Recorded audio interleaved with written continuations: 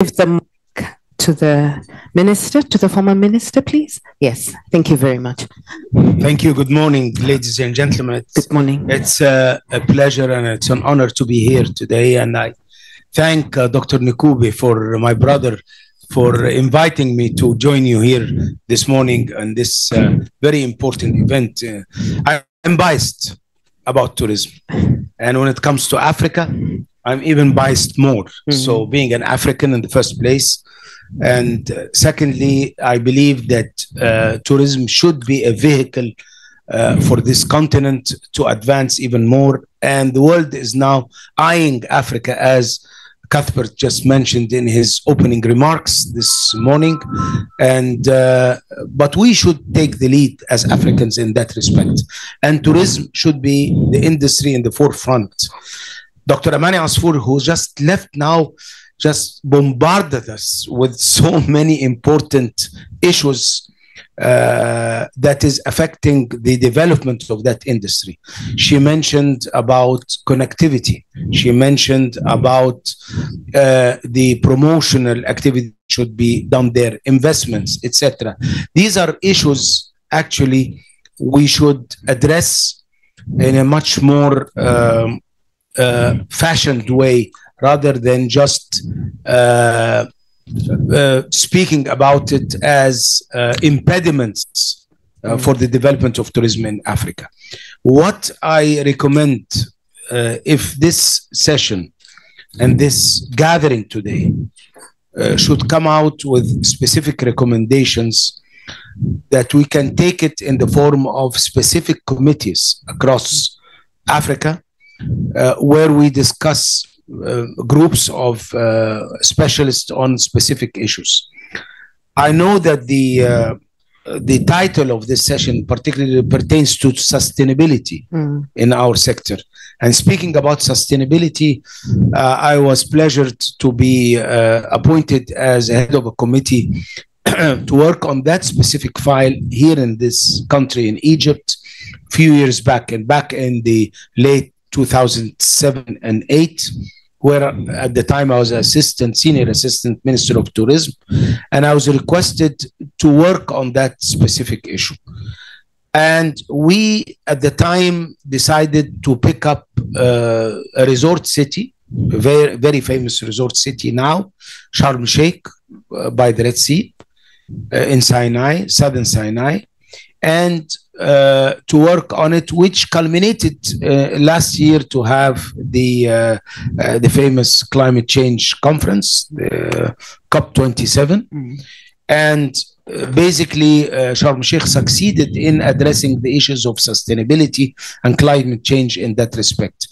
Of course, the dimensions is how to preserve the biodiversity in a destination, how to address the issues of emissions, how to address the issues of the social dimension and its development within that destination, and finally, the water conservation, particularly in a place like Egypt, where the issue of water is on the forefront nowadays.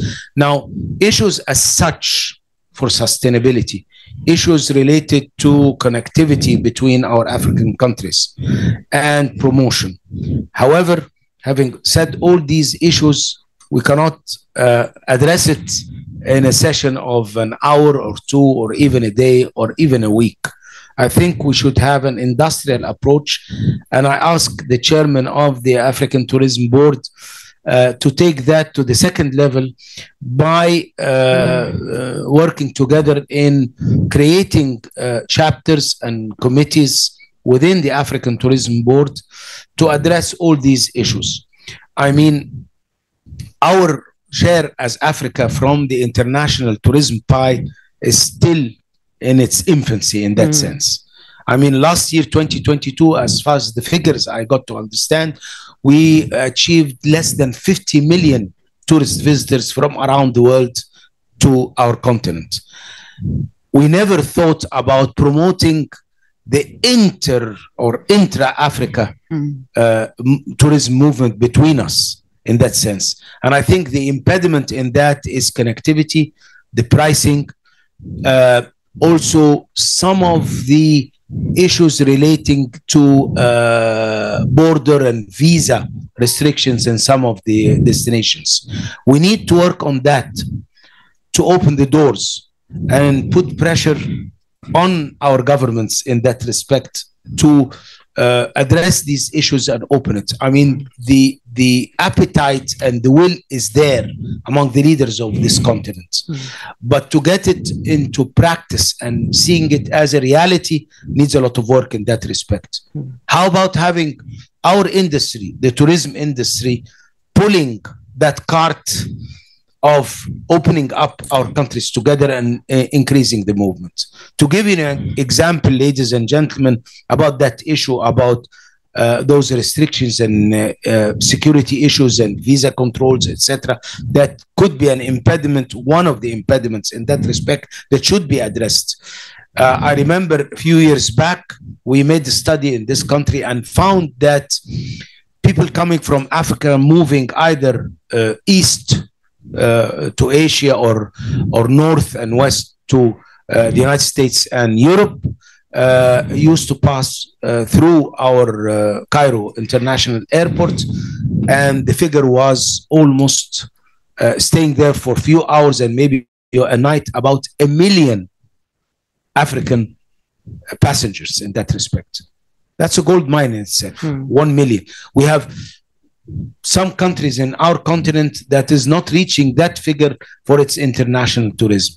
So you can imagine if we can facilitate these movements, remove these impediments, and start looking about how to connect our destinations, our countries together, and move on to the second level.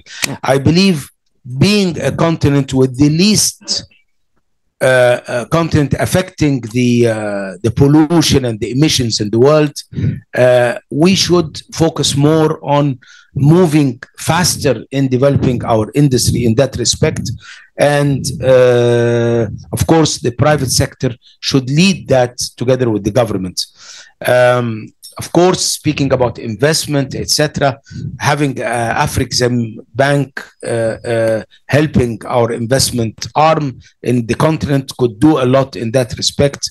And I believe with the wonders that we have in Africa, we should put Africa in the forefront worldwide and be available in most of the venues around the world to put our destination in the forefront in the level which it deserves. These are just headlines, I'll put it that way, titles for a lot of issues that we should all address in a much more industrial and much more focused approach in that respect. Okay. Thank you, ladies and gentlemen, for your attention. Thank you very